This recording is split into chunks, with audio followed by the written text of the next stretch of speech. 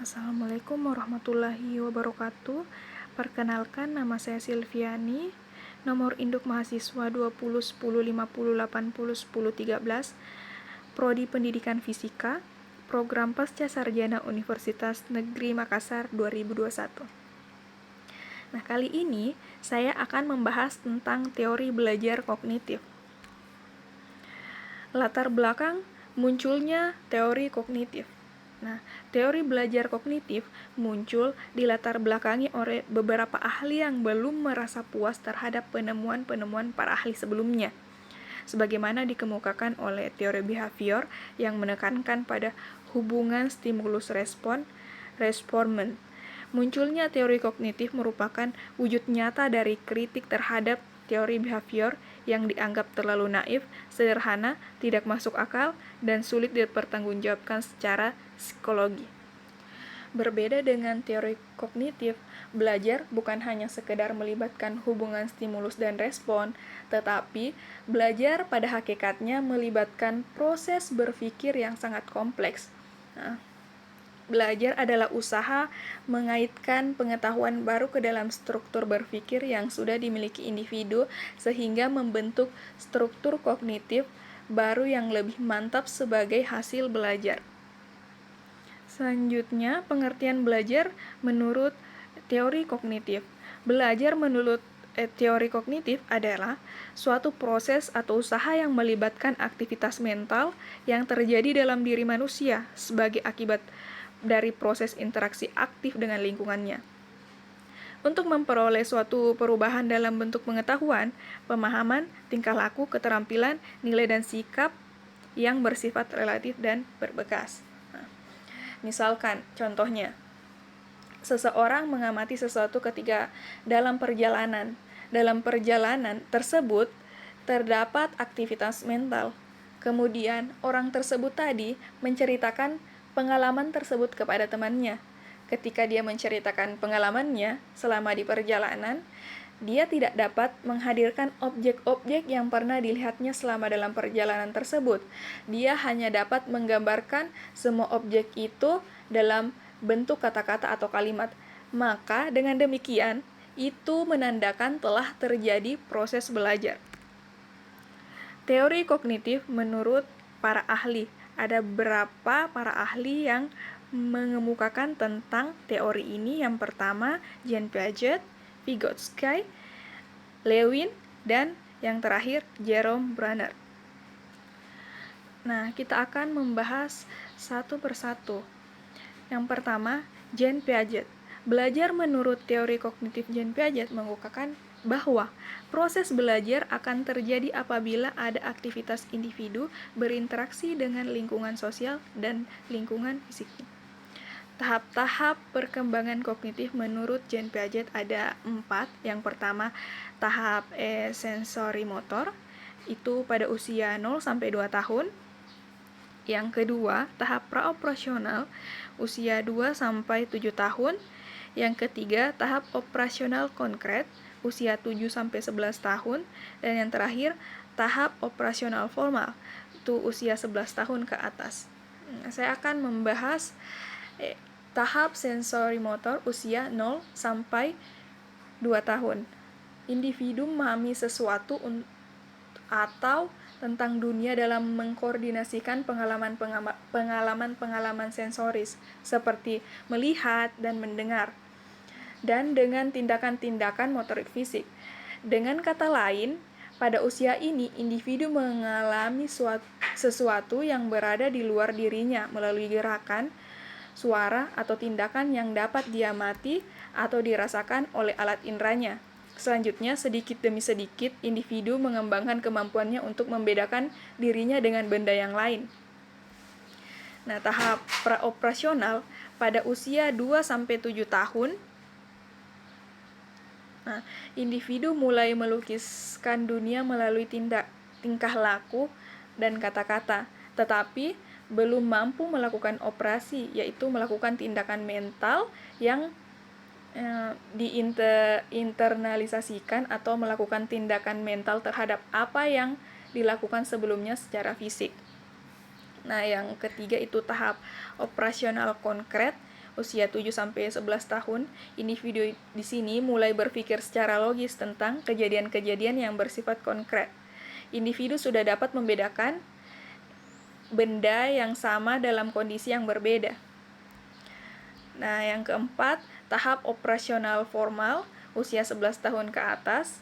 Nah, pada masa ini, individu mulai memasuki dunia kemungkinan. Dari dunia yang sebenarnya atau individu mengalami perkembangan penalaran abstrak. Individu dapat berpikir secara abstrak, lebih logis, dan idealis. Nah, selanjutnya, strategi mengajar menerapkan teori Piaget dalam pembelajaran. Yang pertama, gunakan pendekatan konstruktivis. Nah, senada dengan pandangan aliran konstruktivis, Piaget menekankan bahwa anak-anak akan belajar dengan lebih baik jika mereka aktif dan mencari solusi sendiri. Yang kedua, fasilitasi mereka untuk belajar. Guru yang efektif harus merancang situasi yang membuat murid belajar dengan bertindak. Yang ketiga, pertimbangkan pengetahuan dan tingkat pemikiran anak.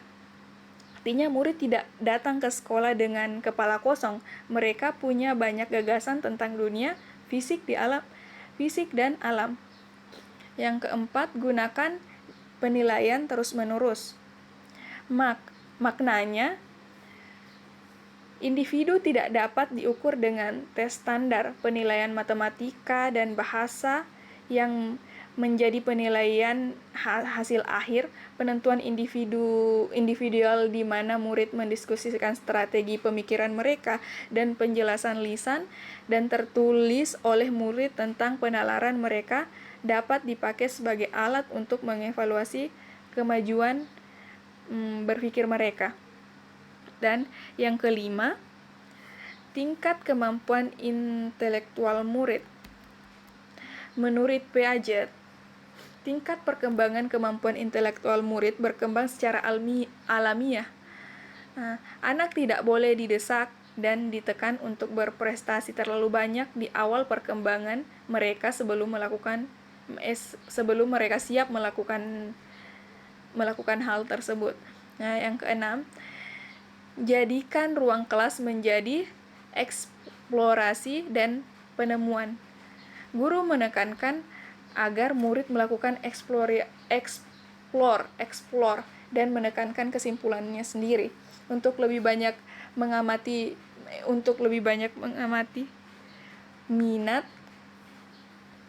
dan apa yang diinginkan siswa, maka dapat disimpulkan bahwa guru berpartisipasi alamiah dalam aktivitas mereka untuk menentukan pelajaran apa yang diberikan. Nah, ahli kedua yaitu Vygotsky.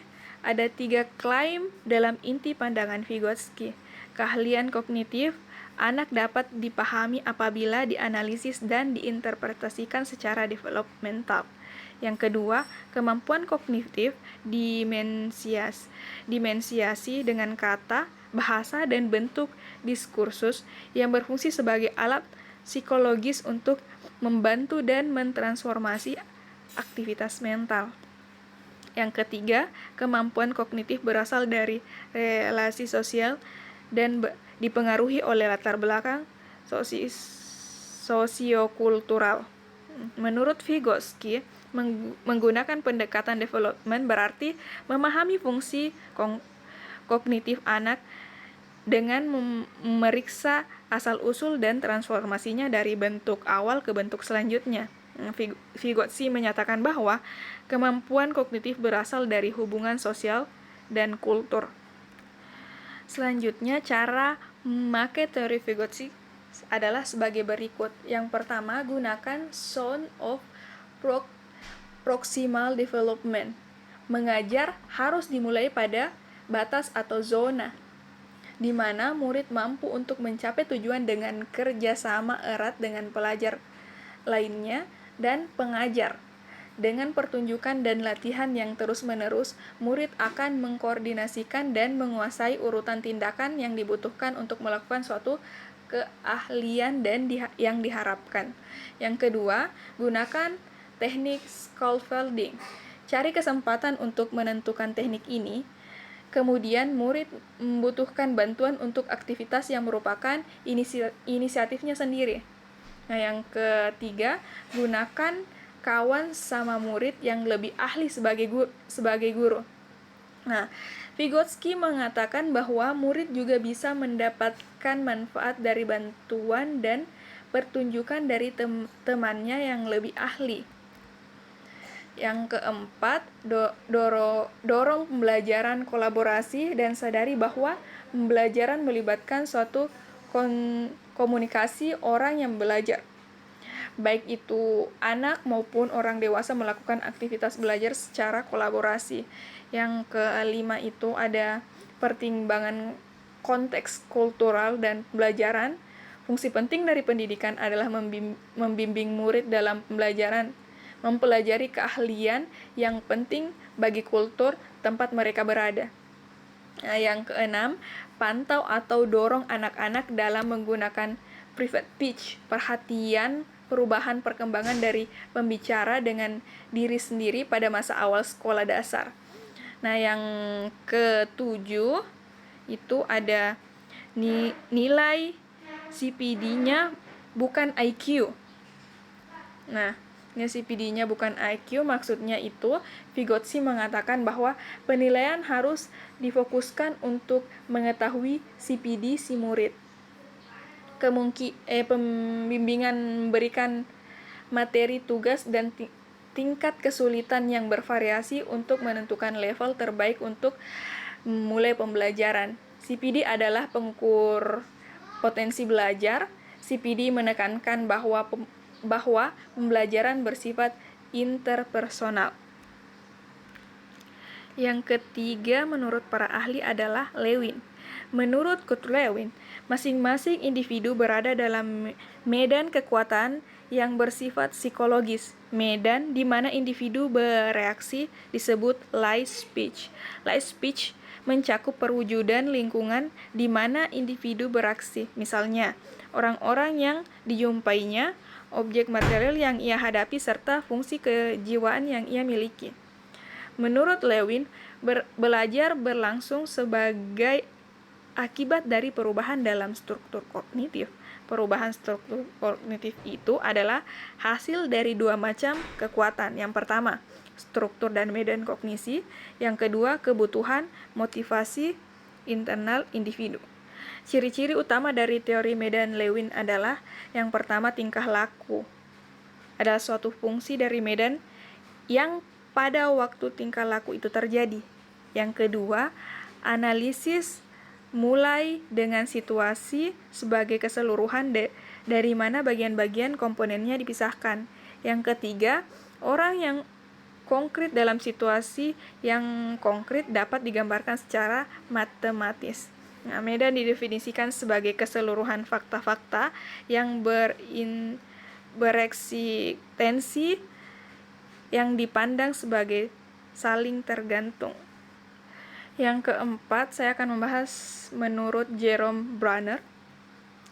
Menurut Jerome Bruner, pembelajaran hendaknya dapat menciptakan situasi agar mahasiswa dapat belajar dari diri sendiri melalui pengalaman dan eksperimen untuk menemukan pengetahuan dan kemampuan baru yang khas baginya.